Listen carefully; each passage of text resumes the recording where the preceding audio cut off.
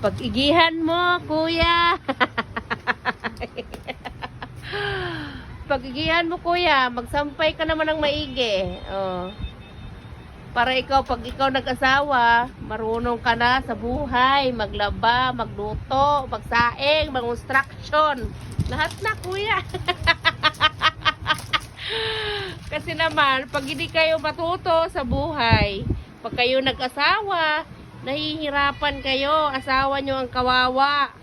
O kailangan matuto, maglaba, maghugas ng plato, magsaing, maghugas ng ano mo na, yung dumi ng bata, lahat na. Kailangan alam nyo ang trabaho sa loob ng bahay. Hindi lahat puro nanay o kapag kayo nag-asawa, hindi puro asawa ang magagawa. Dapat kayo din. O, kita nyo mga kaibigan, nasipag. Nasipag.